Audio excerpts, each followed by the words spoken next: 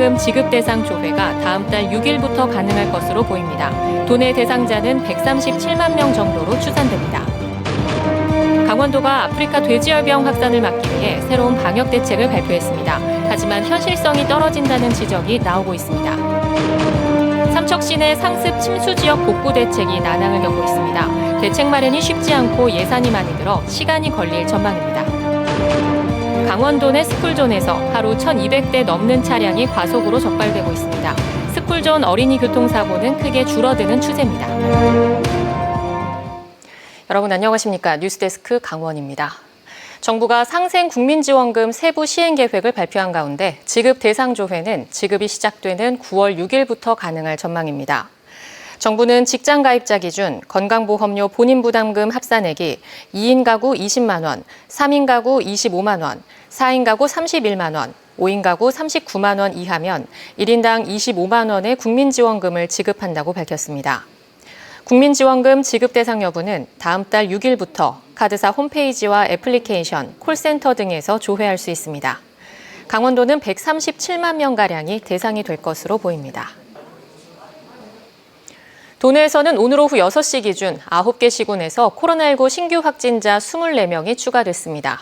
지역별로 보면 속초에서는 외지에서 가족 모임을 한 60대 부부와 확진자가 다녀간 노래방 30대 종사자 등 6명이 추가됐고 원주에서도 교회와 노래방 관련 접촉자, 해외 입국자 등 7명이 확진됐습니다.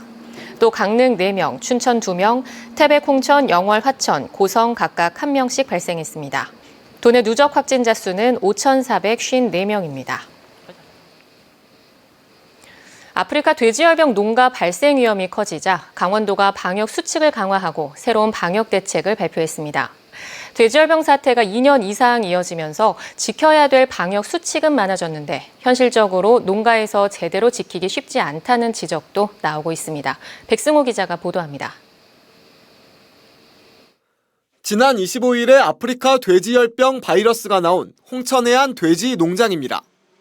야생 멧돼지 접근을 막기 위해 농장 안쪽은 물론 밖에도 철제 울타리가 있어야 하지만 일부에는 햇볕을 가리는 차양막만 설치됐습니다. 하나의 장화로 여러 사육동을 오가는 등 방역 수칙을 제대로 지키지 못했다는 지적도 나왔습니다. 검역본부가 이 농장을 역학 조사한 결과 10가지가 넘는 방역 수칙 미흡 사례가 나왔습니다. 8월에만 고성과 인제, 홍천 농가에서 돼지 열병이 잇따라 발생하자 강원도는 또다시 농가에 방역 수칙을 철저하게 지켜달라고 당부했습니다. 무엇보다 양돈 농가 역할이 가장 중요하므로 축사 내부 소독, 생석회 도포, 장아가라 신기 등 기초적인 위생 관리와 철저한 차량 출입 통제.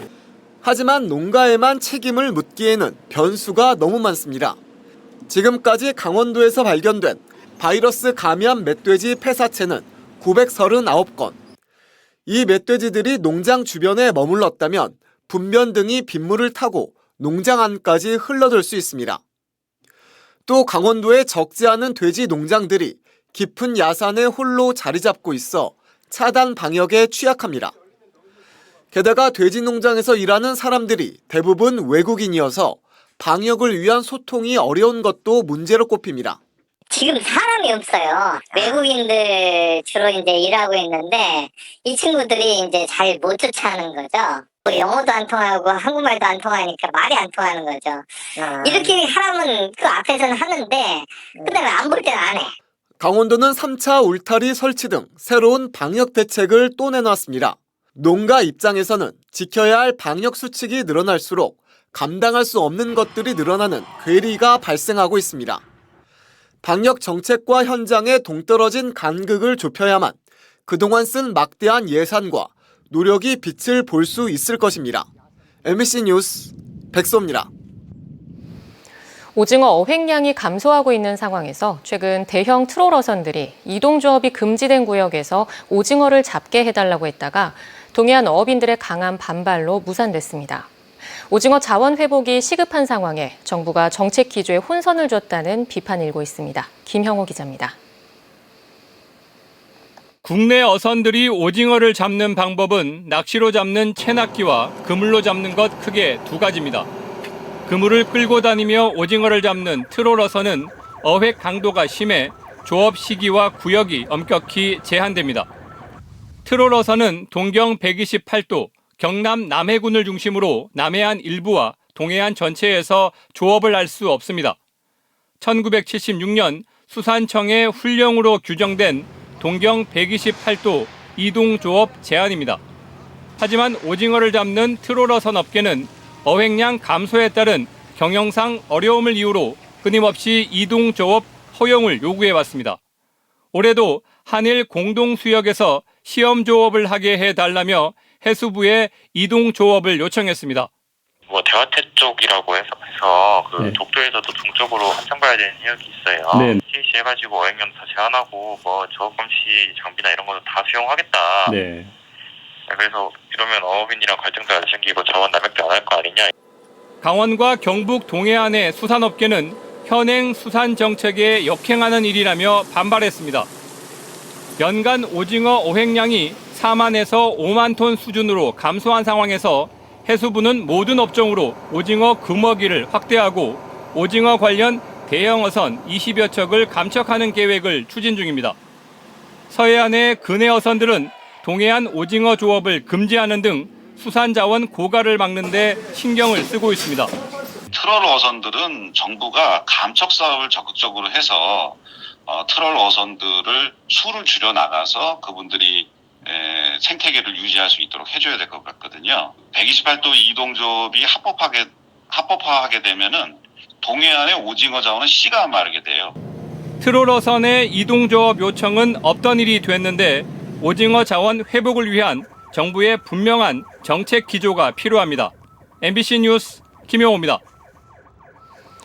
강원도가 시군의원 선거구 획정위원회 구성에 나서면서 내년 지방선거 준비가 본격화됩니다.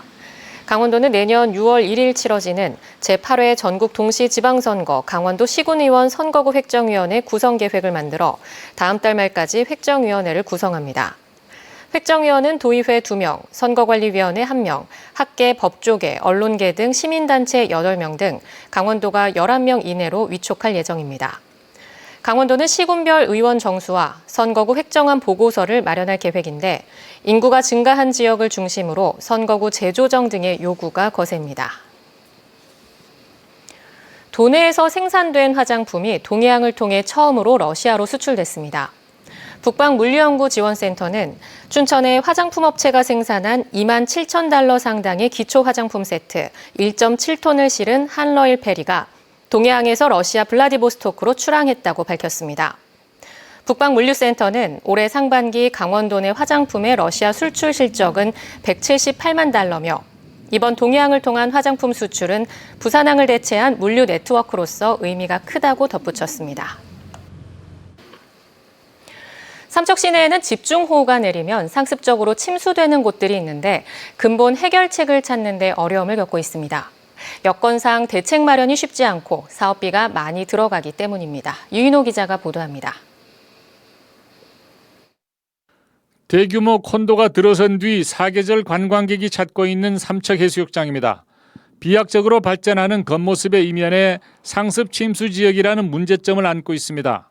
작년과 재작년 태풍 때도 횟집이 밀집한 상가와 인근 주택이 어김없이 물에 잠겼습니다.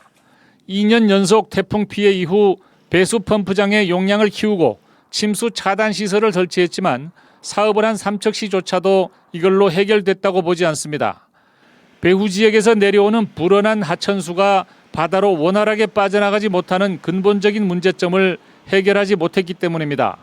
삼척시는 이걸 해결하기 위한 수백억 원의 사업비를 지원해달라고 행정안전부에 요청하고 결과를 기다리고 있습니다.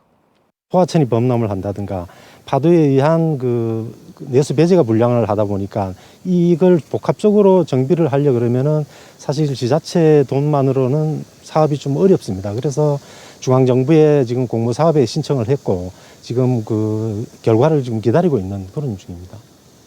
지난해 태풍 때 물에 잠긴 삼척중학교의 모습입니다. 운동장이 호수처럼 변하면서 학교 기능이 마비됐습니다. 인근 도로가 함께 침수돼 차량 통행도 한동안 막혔습니다. 50천 수위가 상승하면은 이 등봉천으로 50천 수위가 다시 밀려 들어오는 그런 현상입니다. 그러다 보니까 그 등봉천에 있는 물이 빠져나가지를 못하고 하류에 있는 이제 그 저지대에 있는 학교가 아마 침수가 되고 50천 바로 옆 저지대의 침수를 해결하기 위해서는 어림잡아도 200~300억 원이 필요한 것으로 삼척시는 추산하고 있습니다. 여기 역시 독자적으로 해결하기에는 버거워 정부의 예산을 지원받을 수 있도록 재해 위험지구 지정을 추진하고 있습니다. 지정의 필요성을 설득하기 위한 용역을 현재 진행 중이고 신청은 내년에 할 예정이라 침수 방지 사업이 이루어지려면 상당한 시일이 걸릴 전망입니다. MBC 뉴스 유인호입니다.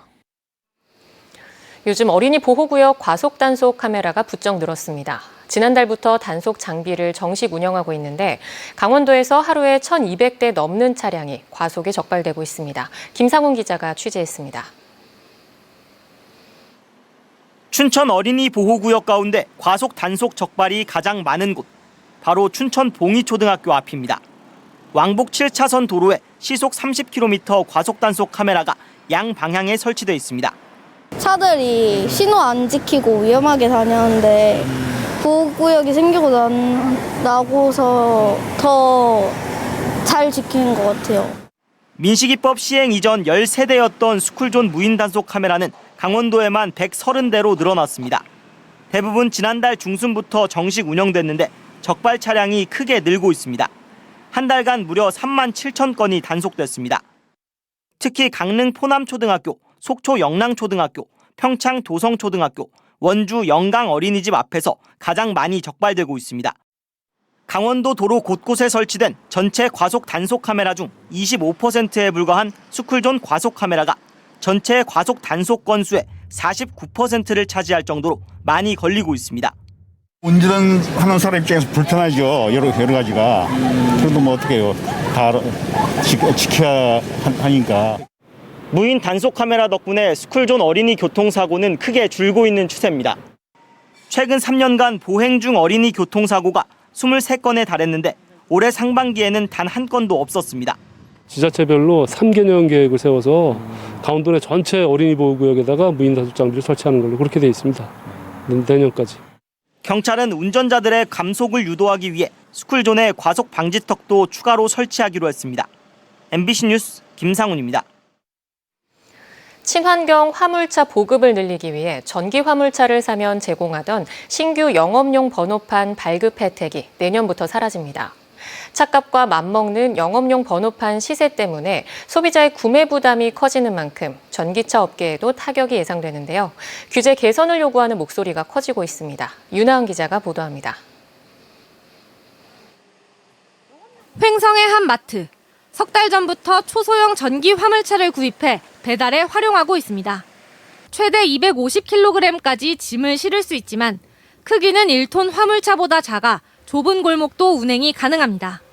소음이 적고 유지비도 거의 들지 않아 만족도가 높습니다. 비용적인 부분이라든지 아니면은 경제적인 부분이 좀 우선을 많이 가져가고 있고요. 공간도 저희 기존에 쓰던 것보다 좀 많이 실을 수도 있고 여러 가지 좀 유리한 부분이 많습니다. 정부와 각 지자체에서 지급하는 구매 보조금도 매력적이지만 무엇보다 영업용 번호판을 무상으로 장착할 수 있어 소상공인들의 구매 문의도 많습니다. 하지만 이런 혜택은 내년이면 사라집니다. 화물 영세업자를 보호한다는 이유로 관련법이 개정됐기 때문입니다. 초소형 전기 화물차가 주력 상품인 횡성형 상생 일자리 사업이 직격탄을 맞을 것으로 우려되는 상황. 이 때문에 도내 전기차 업계가 판로 확보를 위한 규제 개혁을 요구하고 나섰습니다. 올해 초 제정된 생활물류 서비스법을 손봐 전기 화물차 보급을 늘리자는 취지입니다. 소화물 배송 대행 서비스 사업의 운송수단에 이륜 자동차만 명시돼 있는데 초소형 전기 화물 자동차까지 포함시켜 달라는 겁니다. 이렇게 되면 초소형 전기 화물차도 사실상 이륜차, 즉 오토바이가 장악하고 있는 소형 경량 화물 배송 사업에 진출할 수 있어 최소한의 경쟁력을 확보할 수 있다는 게 업계의 판단입니다. 라이더들의 근무 환경도 개선을 할 수 있고 안전사고도 급격하게 줄일 수 있는 그런 차원에서 저희들이 적극 초소형 전기차를 소물량 배송 업무에 투입을 해달라 그렇게 요청을 드리는 겁니다. 친환경 자동차 보급뿐 아니라 강원형 일자리까지 걸려있는 도내 전기차 산업. 중소기업의 규제 개선 요구에 대해 국토부는 법 시행 초기인 만큼 가능 여부를 검토 중이라고 답했습니다. MBC 뉴스 윤하은입니다.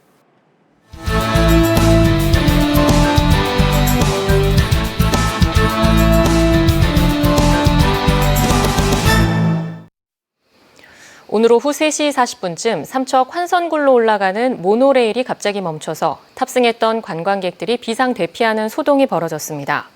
당시 모노레일카에는 어린이를 포함해 20여 명의 관광객이 탑승하고 있었고 이들은 10분 이상 기다리다가 복구가 어렵다는 설명을 듣고 궤도 옆 난간으로 걸어서 대피했습니다. 이 과정에서 여성 한 명은 다리를 다친 것으로 알려졌습니다. 삼척시 대이동굴 관리사무소는 모노레일을 운영하는 민간 기업으로부터 보고를 받지 못했다며 자세한 상황을 파악하겠다고 답변했습니다.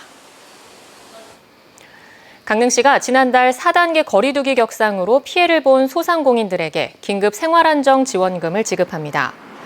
강릉시는 피서철 성수기 때 사회적 거리두기를 4단계로 유지하면서 막대한 피해를 입은 소상공인들을 위해 정부 지원금과 별도로 특별 위로금 명목으로 지원금을 지급한다고 밝혔습니다.